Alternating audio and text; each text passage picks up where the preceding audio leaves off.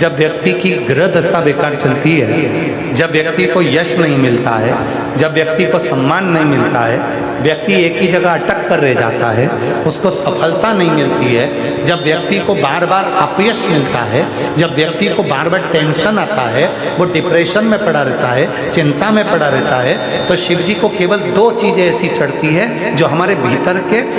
क्लेशों को, अशांति को, दुख को, तकलीफ को, कष्ट को हमारे भीतर से निकालता है। एक है धतूरा और दूसरे नंबर पर है समी का पत्र।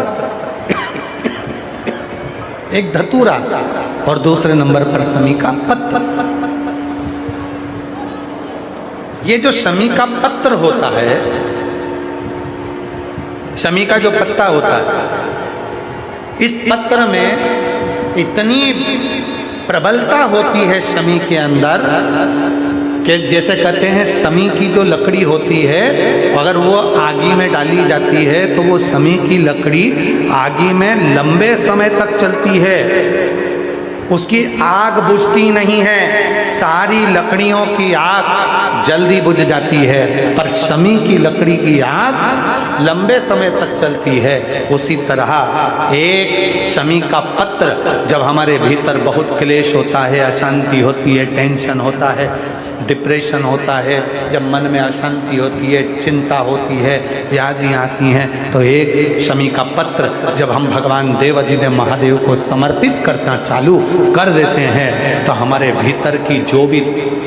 तकलीफें हैं, कष्ट हैं, बीमारियां हैं, रोग है, ये सब धीरे धीरे कटना प्रारंभ हो जाता है। एक शमी के पत्र में वो बल होता है, एक धतूरे में वो बल होता है, एक धतूरे में और शमी के पत्र में वो प्रबलता होता है।